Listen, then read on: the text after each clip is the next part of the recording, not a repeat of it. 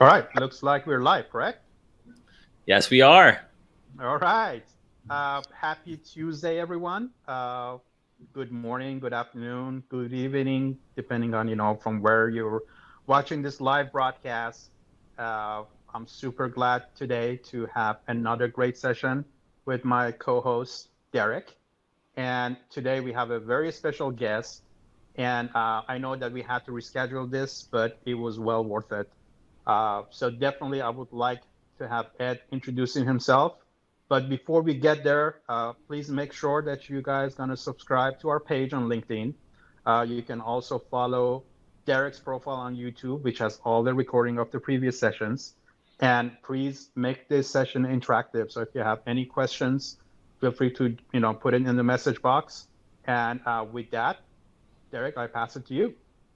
Yeah, I'm very excited for this episode just because, as everyone knows, we try to have some really great guests on the show. And this person specifically just has lit up so many different ideas in how I approach business leaders globally with discussions around innovation. So our guest, Ed Essey, Director of Intrapreneurship and Incubation at the Microsoft Garage. We're going to be talking about AI. We're going to be talking about empathy.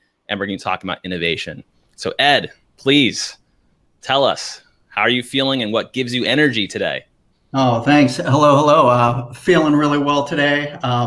Something that gives me energy is I got to spend the morning talking with the leader of a project I'm going to get to talk with you a lot about today, a project that is deeply based in empathy, and they're using machine learning every day to help the families of children with epilepsy reduce the number and severity of their seizures. And this gives me so much energy to be able to wake up and help people like this, and help amazing people who are doing the work of helping other people. So it's really charged me up today, and I'm so excited to be able to speak with both of you and everyone on the end of this line about it. So thank you for having me on.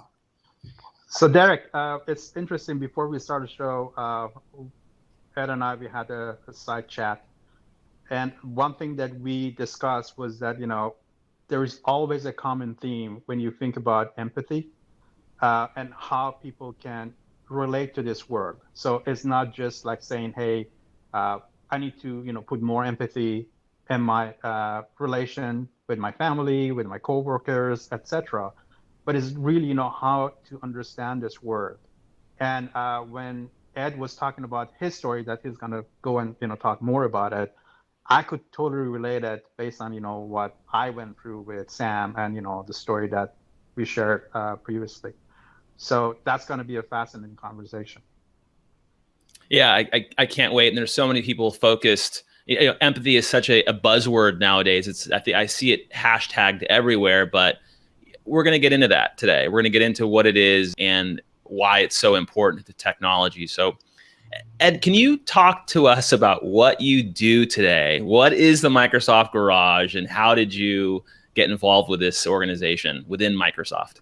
Yeah, absolutely. So the Microsoft Garage is a program that fosters a culture of innovation within Microsoft. So we try to provide opportunities for people to experiment, collaborate, and express their creativity through so many different hands-on ways of doing things. Our motto is doers, not talkers. So we're instead of talking about it and teaching about it, we're always trying to create situations for people to actually get in the experience of using whatever they do to learn, to help others, whatever they're trying to learn around innovation or in this world. And I got involved in this. I always saw myself as somebody who would be at startups, at starting up new ideas.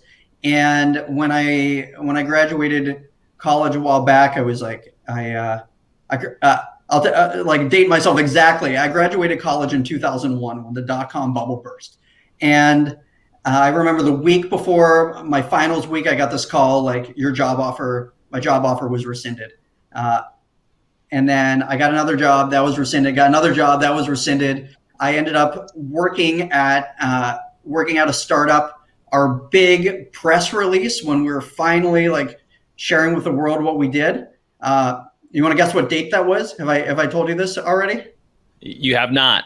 No, it was September 11th. So, jeez. Yeah, it was September 11th, and I think I was also interviewing with a good friend of mine's company at that time. That was Enron. So just to kind of date a lot of how this stuff began for me, and ended up Microsoft was one of the only companies hiring. I've always been imagining myself like moving off into startups, and I think we have this company poll that is like, how many more years do you see yourself at Microsoft? And it used to be like 0 to 2. I've checked that box 18 times in a row, 18 years in a row. And the thing is the company has changed so many times over the years. And all throughout it, I've been able to work on creating new things. I've always worked on V1 products or V1 frameworks. And I eventually had this opportunity to do a job now where I help people with brilliant ideas across the company quickly and cheaply find out how brilliant those ideas are. Like the light bulb pops up, how bright is that? And then if it is truly brilliant, I help them make it real by connecting them with the execs that can make these things come alive. So can I throw something? It's just kind of interesting you brought it up. So we had an earlier session with Caitlin McCabe, which is Satya's Senior Director of Communications. Yeah. And when you think about or talking to people that they've been with a company for years, like, I'm going to 15 years myself, ever since Satya, got the helm, there was this huge cultural shift. And when he came on board and talked about putting empathy in action, perhaps maybe people that didn't know him would say, okay, we have another CEO coming in and talk about all this. But we really see that in action in the past 5-6 years. And again, it's coming back from he really understanding the word empathy, and how he's just changing the culture internally and how it's impacting externally with customers and partners that are interacting with us. This is kind of interesting that you brought it up too. Yeah, I kind of want to build on that a little bit. So it's always been part of the culture of the garage, like what has now been encapsulated as customer obsession in our cultural priorities. But Satya was a fan of the garage before he became CEO. And his first public address to the company, and what he does is these monthly Q&A sessions, he actually did it standing in the garage headquarters. And, if in a future where we're able to get back on campus, I hope to be able to show you that spot that he was standing in. And the same with all of your watchers today. If they come by and I get to give them a tour of the garage, I'd love to show them that spot. The other thing is, Satya, it's really clear to me that he is deeply empathetic. Whenever I've had the chance of being in the room with him, the fact that he knows he's able to track the emotional state of every person in the room and give them the right kind of attention as it goes on. It's remarkable to see, and definitely amazing to be part of a company that is built so much on empathy.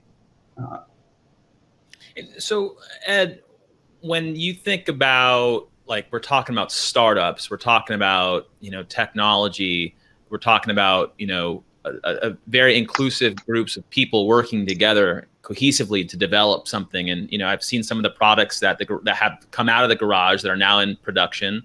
I think Video Indexer was one of those projects that I read up about. Absolutely. What do you see that is working in terms of the functional program of the garage, and how do you see that bleeding into the Microsoft organization? Yeah, so we try to create as many opportunities as we can to really land on the kind of cultural priorities, cultural attributes of the company, beginning with growth mindset, which leads to things like valuing diverse and inclusive teams, having a one Microsoft perspective, customer obsession, and all of this really leads to this like making a difference. And we, by having a company-wide hackathon, like we just had our 7th annual one a couple weeks ago, that literally thousands of projects come into this, of things that people are passionate about and ways that they feel they will learn something or really make an impact. It's fascinating to see. We provide a kind of different type of internship experience that is more like an accelerator, where we encourage them to work really deeply with the people they're the people who will use it, the people who will buy it, the people who are ultimately going to be served by the technology that they're creating. Programs like our experimental outlet, which allow us to quickly get ideas into the hands of the people who are going to use it and learn from them. And I also love just figuring out ways to help everybody move their projects forward. And a big underpinning of this is understanding like who you're solving problems for, what problems you're solving for them, and how to best use our technical skills to address that. That's a big part of what we're trying to do across the garage. And we see people take these skills back to their day job and employ them every day in what they do. So even if, like, our mission, I said, is to create this culture of innovation. It's not to create like the next big thing. We've been lucky to have projects like Video Indexer and Kaizala and Microsoft Launcher that have gone on to become these graduated ideas that are making a big impact. But really, it's about creating this culture where everybody's taking new ways of working and learning back to their day job. And as a microcosm to that, Ali, as a director of the Irvine and Denver Microsoft Technology Centers, I think we've talked a little bit about this in the past, and now that we're virtual, but there's been this trickle-down effect, I think, coming from Redmond and what folks are doing at the garage and in other places in corporate to our technology centers. And we're doing hacks and workshops. Now all those things are virtual. What do you see from those engagements with customer in terms of culture and innovation that you just really enjoy?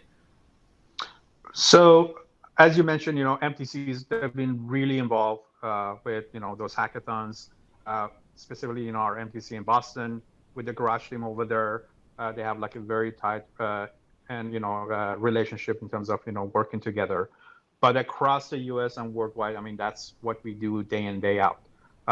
One of the things that we saw prior to COVID was that this cultural shift of like, instead of going to the centers and you have this giant data center with servers and, blinking LEDs, let's open up this space and use it as a factory room so we can go and hack with the customers and partners.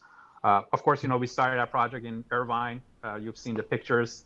We can't go there, but I'm super happy that, even when we're done with this COVID and, the challenges that we had, we get back to the regular routine that we had prior to COVID. But getting back to your question, as a human, we cannot learn how to adapt to the change. So wheels haven't stopped, meaning that now we even working more with the customers and partners, but in a virtual format. And that's where, we can use the technology. So yes, you kind of lose that human to human element, but you can still leverage technologies that are powered by AI to bring all these team members together, as close as possible. And Ed, so now we're talking about this human component that Ali kind of brought into the mix.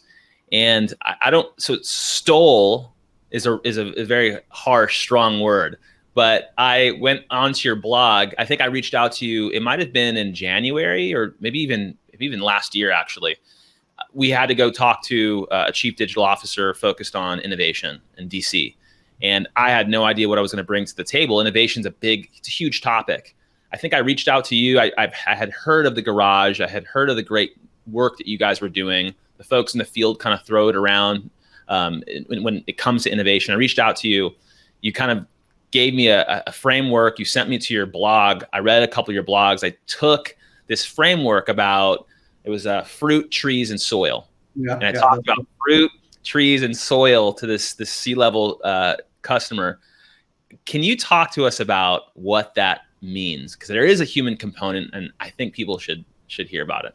Yeah, absolutely. So when I've had this amazing, great fortune to, a lot of people want to visit the garage and tour the garage. And as I talk to people who run innovation programs at their own companies, in fact, I was touring this one group of innovation leaders from Canada, and they were all asking me questions from different points of view. And I'm like, wow, based on what I've told them so far, some of these questions like aren't lining up with what we actually do and what I talked about. And then it just struck me that people view that there are different ways that people view innovation. So some leaders are essentially chartered with, please create for me an innovation, as if it's a fruit that they need to like make this juicy fruit that they like take to market and sell, unlike this perfect fruit.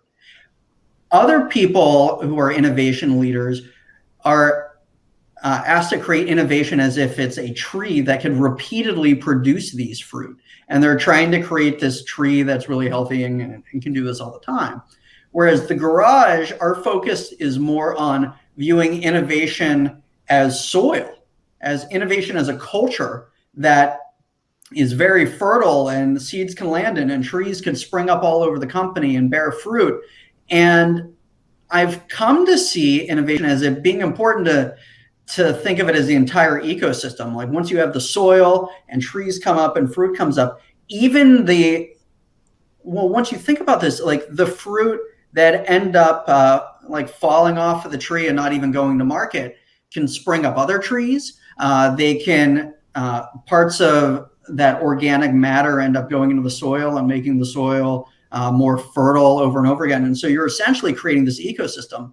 And so being able to invest in the fruit layer, the tree layer, and the soil layer as if it's a portfolio where you're intentionally trying to work on all parts of that in your culture really helps your culture become a lot more innovative at every level.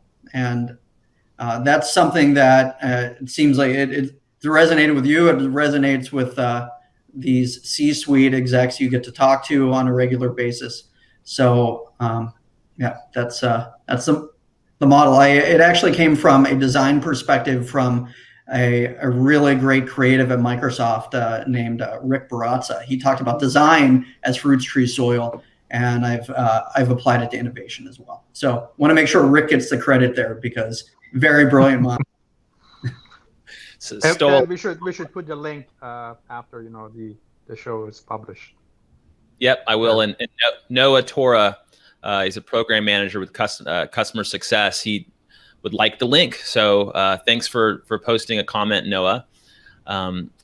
So Ed, when you're thinking about, so there's very high level constructs, and this reminds me of can you give me an innovation? Can I have an innovation? What does that look like? It's very similar to what I hear about AI. I consistently get customers asking for AI. I want to do AI. The sentence doesn't even make sense, right? It's the approach is like this end object where really there's so much built into that. Do you have any stories or experiences in customers not being able to approach this type of innovation sequence or framework, and maybe some things that they can do to learn from that, to grow it, to really start harvesting the soil, planting the soil? Yeah, I will.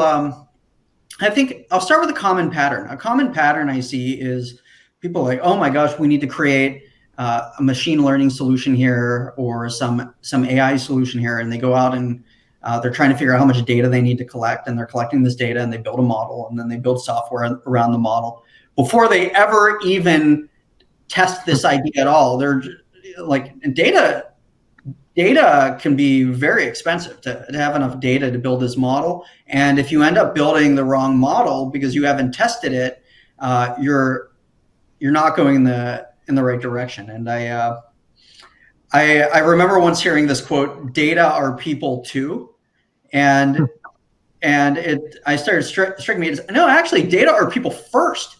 Like, it comes down to the individuals that you're often collecting this data from that come in aggregate to how can you help them? And so I'm going to say a sentence here that I think appeals really directly to engineering minds, which is building that machine learning model, or really building any technical solution without working with customers first, is premature optimization.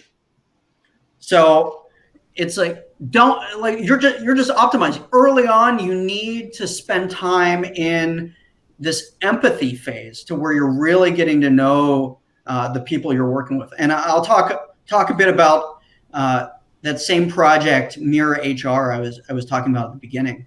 So this is a team that was the grand prize winner in Microsoft's Hackathon 2019. They're helping the families of children with epilepsy. The leader of the team recently came to me and he's like, Ed, I've decided I don't want to keep growing the numbers of families we're serving. He's like, I want to spend more time investing and providing a really high touch experience with the folks that we have, because I want to provide an amazing experience for them. And they do believe that their approach will be to build a machine learning model. One of the things that they're doing is collecting video logs of the parents, or these like video diaries. The parents or caregivers of the children with epilepsy will speak into this app and record these logs. That information will then be tied to the biometric data that's collected from monitoring children with sensors on their wrists. Later, that information will be shared with the doctors and other caregivers so that they could have conversations about the insights that are coming out of both of these types of data, the qualitative and the quantitative, and find the triggers that are affecting these children. But they're not beginning with collecting all of the data first and having an AI do it. They're beginning with human intelligence. So the fact that they want to have deep empathetic discussions with people, they are collecting the logs, and the members of the team are hand coding what they see in these logs.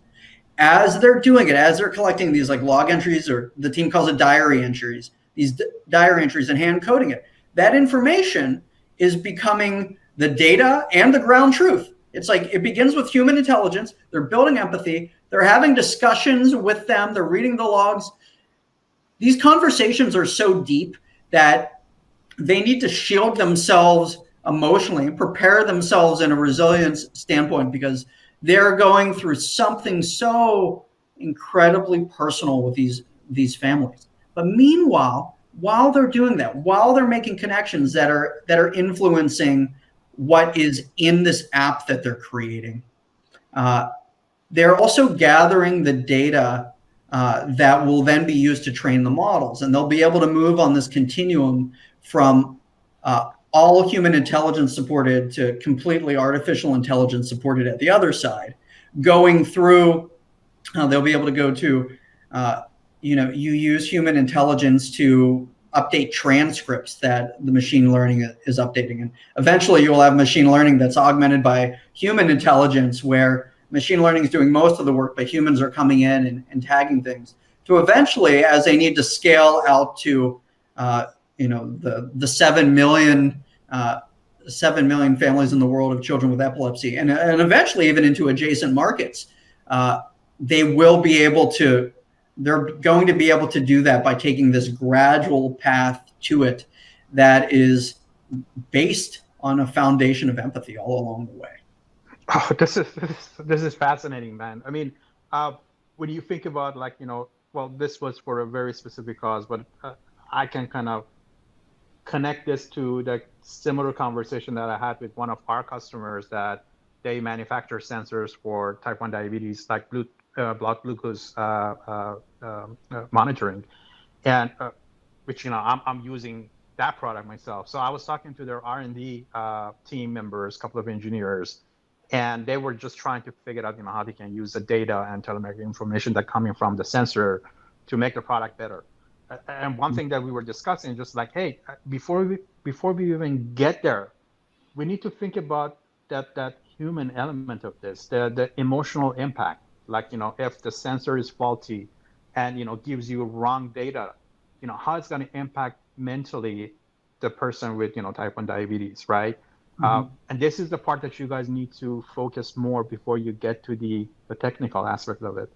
And back then, I just joke around, and this was just like all science fiction. So, remember Skynet, Terminator? I mean, what was the biggest issue? Just like there were no inclusion of empathy and, the human element, and also, things like unconscious bias. And this is why all of these are so important.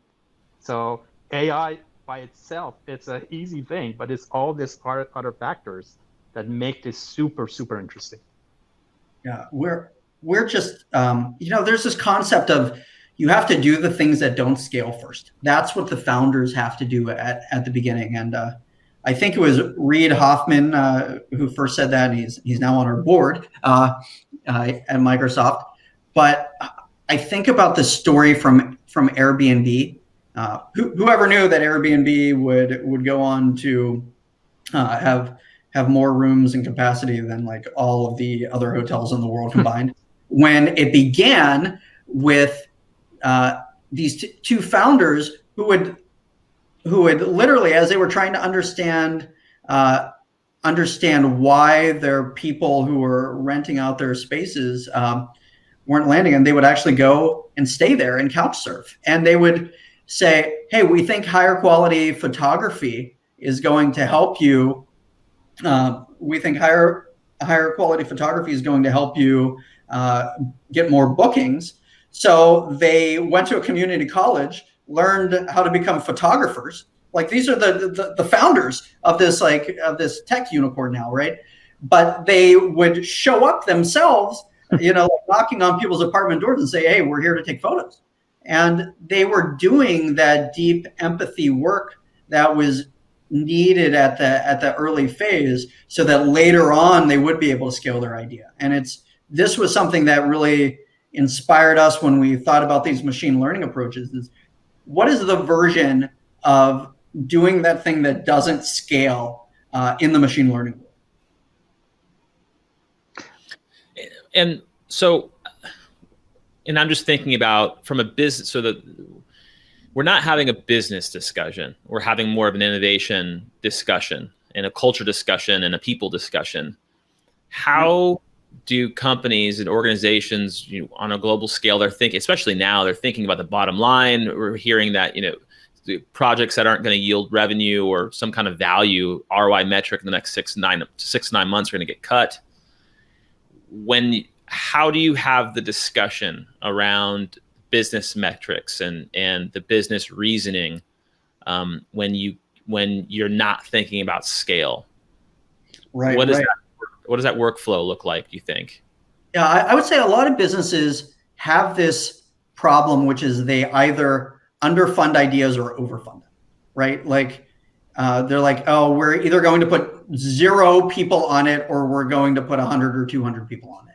Mm-hmm. And how do we right size those investments? Take basically a lot of inexpensive shots on goal to find out what's going to resonate. So in lean startup terminology, people use this term like, what are the leap of faith assumptions that you have, and how can you de-risk all of those? Like, how can you find out the things that are riskiest? I've often heard these called death threats, and I love the term because it really mobilizes a group of people to figure out, geez, how do we protect something from all the death threats? Like, how do we protect an idea from all its death threats? And that's what we try to do is early on, find out what are all the things what are all the assumptions we're making, if they prove false, are most likely to kill this idea. And then be able to tell leaders like, hey, we're going to make a very small investment early on in terms of people and money, and we're going to systematically de-risk these things so that when you do choose to invest, you're investing you're investing in the ones most likely to work, because what is a bigger waste than over optimizing, over investing in something that nobody wants?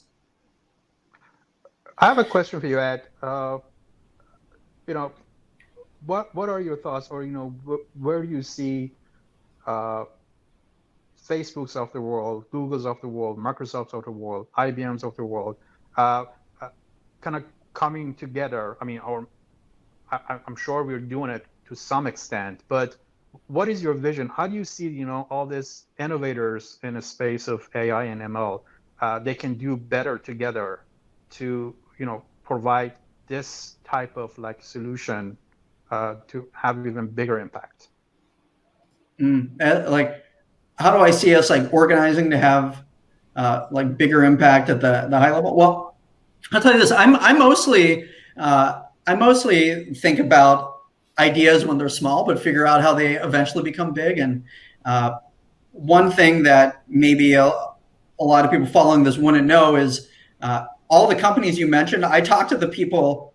I have regular conversations with the people who do like a similar job to me, which is like finding those ideas and testing them. And we talk about our methods with each other and share what we do. We don't talk about the strategies and the businesses we're creating, but we talk about this approach. And we all believe in taking an approach that is based on empathy. That said, we have different ways that we go about doing it, and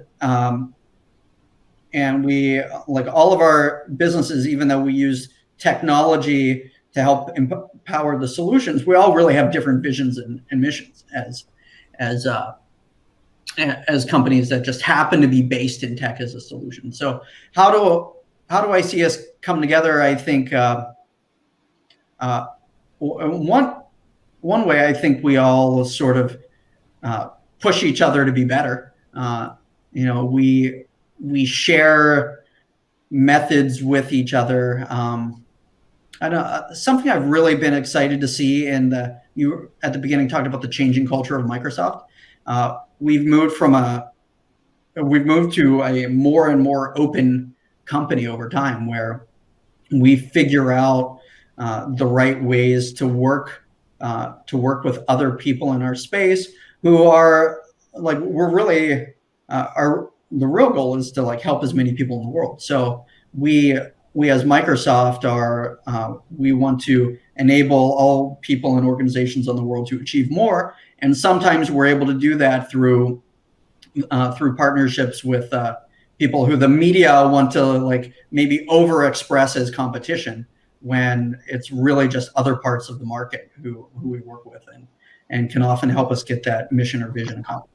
And it's kind of funny because you have a lot of examples in other fields that these big names, they're already collaborating for a good cause, impacting a certain part of the population. And why not this? And one thing that I'm glad to hear, at least from what you just shared, that there is a commonality in terms of putting that human element and empathy in action first before thinking about the technical aspect of it. Yeah.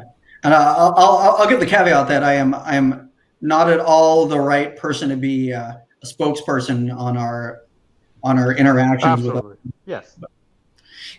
So I'm hearing when you talk about, and I know Ali, we talked about this when me and you had our podcast some time ago, this idea of interoperability and this idea of an open culture and an open source, and the ability to do things at scale, GitHub, and the ability to fork code in a community type of engagement where multiple folks from multiple regions of the world are working together. Is that a challenge, do you think, for organizations to understand or to utilize? And if it is, how do you think they can navigate that? How do they get started? I had one thing, and then I'm more than glad to hear Ed's thoughts on this. Is when we talk about the customers that we interact with, again talking about the open source in general, I think one of the things that we try to help them change the culture is the notion of inner source, because within the company, within the org, that those teams, they should feel comfortable to at least share idea among themselves first and kind of see that type of cultural change before they start, going out and be able to collaborate openly with, even their competitors. So I think that's the part that, we have a lot of organizations that they're well advanced into that notion of inner source, but we have a lot of other customers, even at the enterprise level, that they're not there yet. I mean, it's like teams within that organization, they're still competing with each other, right? So I think it's a journey that we need to continue helping our customers and partners that we are dealing with, and of course the notion of GitHub and why Microsoft acquired GitHub. It wasn't just like, hey, because this is the biggest repository to store code. There is just that cultural aspect of it that can help us do a better transformation, both in business and human impact. Yeah, I think the inner source, like really anybody in the company can look at the source code that anyone else in the company has. With some exceptions of tented projects, like that's been a cultural goal internally for a while that keeps getting more and more open. And when we had our first global hackathon in the garage, it was really fun talking to all those teams and figuring out how do we get the source code open up so that hackers could build on other people's source code and can write stuff in there. And I remember like Saya was on stage. He's like, if you can't get access to source code, like let me know. We want you to get access to it. And we've from the beginning made it the default in the hackathon that this tool that we have that manages our hackathon, which we kind of see as a combination of like LinkedIn meets GitHub for hackers, and every hackathon that we have and every hack project that people have, like people put their projects in there, and we automatically provision for them repositories, and we provision them for them open. So everybody across the company can look and see the code of anyone else that they're hacking on.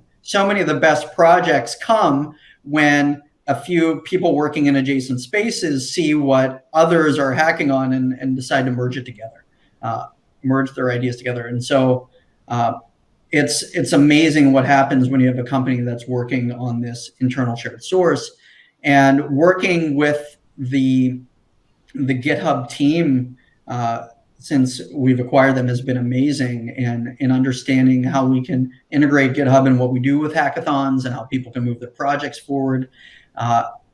I'd say there's one other thing to add is there's so much passion people have within our company for open sourcing what they're creating. We intentionally have to slow them down because we don't want them to open source abandonware. That doesn't do good for anyone. So I want everybody knowing that like I want there to be a history and a track record that every time we open source something, it's something that we're supporting. We're taking PRs. We're really building a community around them. We're not just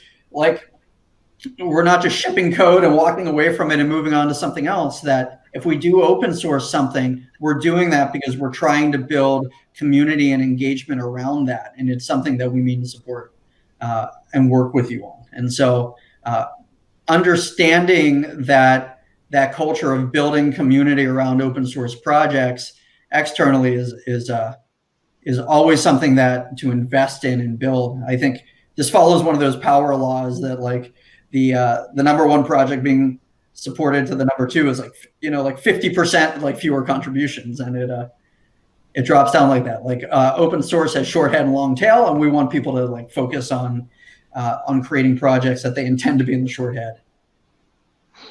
It's kind of interesting. I think we can talk to Ed on and on for hours. But Derek, how are we doing on times? And I know we passed our half an hour standard timing, but what's going on over there on LinkedIn? Yeah, so we got a couple nice comments. We got some people watching and listening in. I think if we could tie it back into,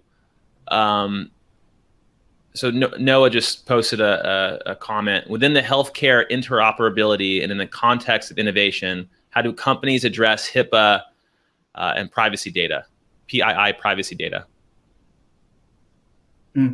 I think I'm not like a Microsoft spokesperson on healthcare. I know what I run into, which is that teams that are doing stuff in the healthcare space, building on Fire Server, which is an open source offering that our healthcare team has put out there, really helps people ensure that they're set up for doing the right things around privacy and not exposing the PII of projects. It's I imagine this especially comes up in this scenario of helping families of children with epilepsy. In this case, it is not Microsoft who is making this project. This project is actually being made by a nonprofit that employees of Microsoft are contributing to this nonprofit's solution by creating a proof of concept. So I am not directly a part of that and can't talk to it directly, but it is something that is very, very important to cover, and that the information does need to be collected in the right way by the right organizations that are respecting the family's privacy, and at the same time collecting enough information that can be used to train these machine learning models and that are appropriate for down the road when applying for clinical trials will be validatable for clinical trials by I believe it's FDA in the U.S. and equivalent agencies outside the U.S. Did that answer the question? I think it did. Hopefully, and if it doesn't, Noah, we're going to go ahead and post information. You can go ahead and send a message out to Ed and ask some more questions. So I know we only have 2 minutes scheduled for our 45-minute discussion. Any lasting remarks for around incubation or innovation or things that businesses can do to get started? Yeah, I really think it's adopting practices that promote empathy. I once heard somebody make this comment that there's no company in the world that says like we don't put the customer first, or we don't put the user first, or we don't put people first in some way, right? But I could think of many companies out there that when I'm their customer, I do not feel like I'm being put first. And the difference is what systems and culture you put in place in your company. Like, are you really putting the right listening systems in place and tying this to the inner loop of your product creation process and your product support process and so on? And are you really putting listening to people at the center of it in what you're creating and how you're sharing it? And if you're not, you're going to have a much harder time. Like if you create all the rest of the system, if you put finances at the center and listening systems as a bolt on, it's going to be really hard to do that connection. So really build your processes, your practices, your culture around putting the people at the center. And I have a whole post on this that I call Data Are People First, that goes into a list of 10 practices that early companies can follow that help put this at the center. So I'm sure we'll be able to share this with your viewers. Ed, one last ask or question. Do you have any recommendation for a book that you've read or you recommend for our audience that specifically touches the empathy in action in the space of AI and machine learning that you can share? It's funny. Anybody who knows me who's listening to this is probably laughing right now because people joke that a conversation with me is they call it the Essey book club. I tend to like recommend so many different books. So like, oh geez, how do I pick one? Let me. I didn't want to put you on spot. You can just post it offline after this session, but I think definitely it'd be interesting to hear about. Yeah, I'm going to. I'll share one that is that it, like, sort of builds a system here, and it's a, oh, actually, you know what? I'm just going to go with Gift Constable's books. So Gift Constable has these two books, Talking to Humans and Testing with Humans, that are these brilliant, slim volumes that walk through it that walk through an amazing process of building empathy from like a story perspective, and they're filled with cartoons, and they're just amazing. So Gift Constable, I had the fortune of being a speaker on a panel that he was leading a couple of years ago, and I'm going to feel similarly fortunate to be interviewed by the two of you. But Gift Constable's thinking around this is great. So find his books; they're amazing. Hey, this was really awesome, Ed, and we really appreciate you carving out the time. I hope folks kind of look at some of the wisdom you have on your blog, and they connect with you, because the way that you approach things, very novel, very progressive, and they truly are very good frameworks for how we approach technology in the world. So thank you for coming on. I know we're a little bit over. I hope everyone enjoyed this discussion, and please follow us on LinkedIn if you haven't already. Ali, I think we have some fun stuff ahead of us in the future here. Yeah. Is there anything that you can share with the audience? Besides that, we're going to have Ed back for more episodes. Yeah, well, we are doing a manufacturing series coming up, and how Microsoft is transforming manufacturing businesses. And we all know that manufacturing is not just manufacturing, it's distribution, it's CPG, it's sales, it's production. There's a lot of things that go into it, and we're going to be having some really awesome guests to talk about that. So with that, thanks for watching. Thanks, Ed. Thanks, Ali. We'll talk to you all later. Well, thank you. Have a great Tuesday. Have it. And be safe. Cheers.